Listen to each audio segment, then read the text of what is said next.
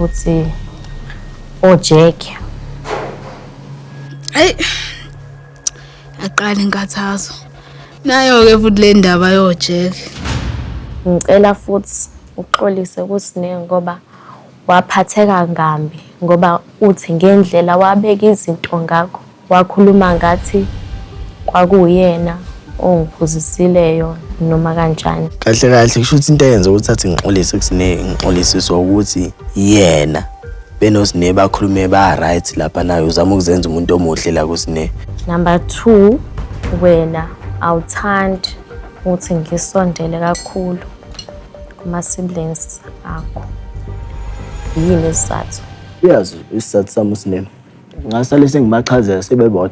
Ngeke ngisayikhuluma lo nto manje. Mina ngicela ungichazele. Angeke ngisachazela. Ngiyabona ke manje mina ngifuna ukusazi leso sizathu ngoba awukazi mina wanginika sona leso sizathu. Angeke nginike sona. Yabona manje. Mana ke impumelelo, mana ke. Anginandaba lokho futhi. Wempumelelo ukuthi uzele mina la. Yabona ukuthi uzele ukuzokhuluma lo zinto la kule tafula leli. Cha mina nginasikhathi sangenza. Okay, listen. Kwakuyini isizathu? Ngize ngithi mina uSine nani uyakhumbula? Sikhuluma bona ukuthi bekuyisona leso. Kwakuyini isizathu impilo? Umpumela asande sibe too involved in my relationship yakhe because sosala sodwa.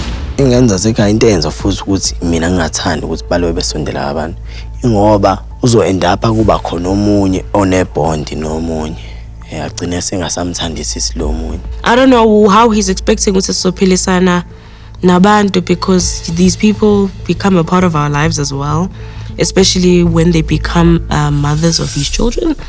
Leyo phuza ayihlangene nanokuthi mina nawe saxabana that night. Ayihlangene nje ngoba leyo phuza ngesikhathi siphumile yayingangeni nje indawo. Sayixabanela nje that night yaphela sadlula kuyona.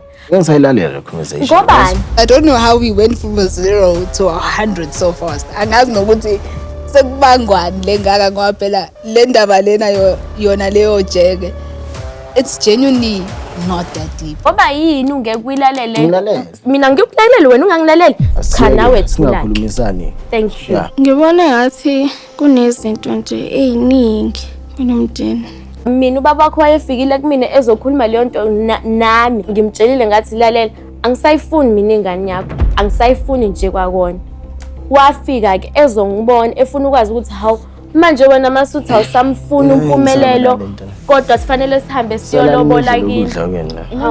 Uyabaleka? Angibaleki. Ngishiya la njalo usitshela ukuthi uzosivikela ngokuthi thina saphuma sayenza into zethu.